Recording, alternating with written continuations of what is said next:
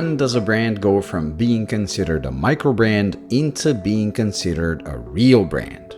Some will say it depends on the amount of watches made, and based on that, Christopher Ward has gone from one to the other some time ago. To me, that is only part of the equation. Micro brands are something like tuners of the watch world. Not constrained by tradition, they can go wild with design, and it usually shows. No matter how well a microbrand watch is made or designed, they always have that aftermarket feel about them, with some details pushed over the top. I felt like that about Christopher Ward the 12 with every variant I reviewed, until now. This new 12660 for me is the defining watch that pushed Christopher Ward from a micro brand to a serious watch brand. It took me some time to understand why this looks and feels so much more serious than the regular 12, and it is down to the dial. The 12 is already full of bevels, edges, and surfaces on the outside that adding any kind of details or structures to the dial pushes it over the top and into that tuner or microbrand space, which is why I preferred Arsenale from Venezianico as an integrated bracelet watch, again until now. By going with a simpler dial on this and removing the seconds hand, the simplicity of the dial tones down the whole watch, giving it a more serious and mature look. It makes it look just right, and if it wasn't full of Christopher Ward DNA, it could easily pass as a model from any, and I mean any renowned watch brand with century-old tradition.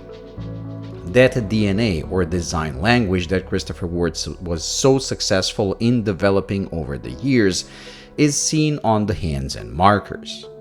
Multifaceted with a mix of finishes, they catch the light with every motion of your wrist and make a lack of lume unnoticeable. It almost has Grand Seiko levels of sparkliness in daily wear. The dial, however, is just the beginning. The name 660 reveals the thickness of just 6.6 millimeters, which again would be impressive even if it came from a high horology brand, let alone a brand that I considered a micro brand until recently. There is a place and time for a chunky watch, and I do like them. I mean, I still own and enjoy my Emperor Tuna, but when it comes to something I want to wear daily, I want something thin and slim that sits low on my wrist. With integrated bracelet watches, thickness is the enemy, as you want the watch to be an extension of the bracelet, so you want it to be as close in thickness to the bracelet as possible.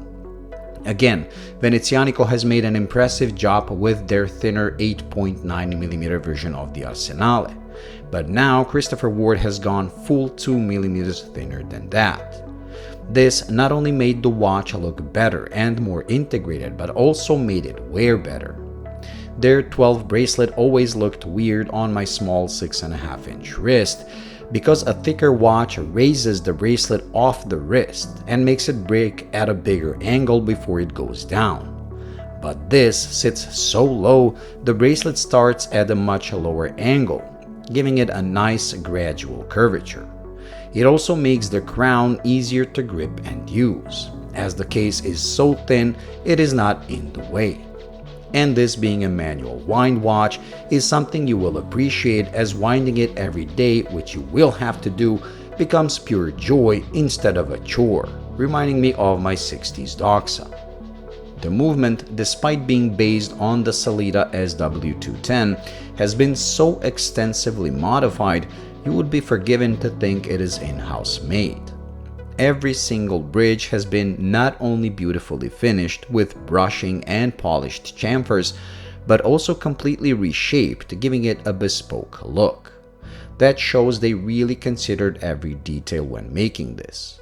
They not only reworked the case and bezel to give it even better dial bezel case ratio than the regular 12, but they also decided not to use the clasp that they already have on the regular model, which would have been more cost efficient, and instead completely redesigned the clasp to make it as thin as possible, going for the integrated look even where one wouldn't expect it, and most wouldn't even notice.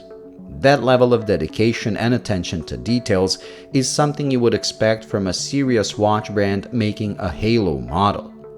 All these small improvements add up, making this, in my opinion at least, not only the best variant of the 12 so far, but also the best Christopher Ward watch ever made, and one of the best integrated bracelet sports watches currently on the market, established models from serious brands included. I have postponed recording and publishing this video as long as I possibly could, and wore this 24/7 all that time, just to try and find some flaw and some detail I hate about it, to avoid this video from looking like a feast of praise and promotion.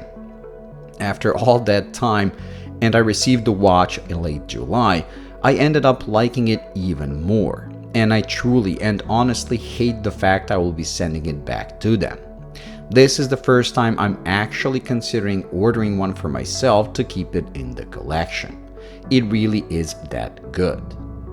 Thank you for watching. I hope you enjoyed and found it useful. If you did, please like and subscribe, and until the next video, bye.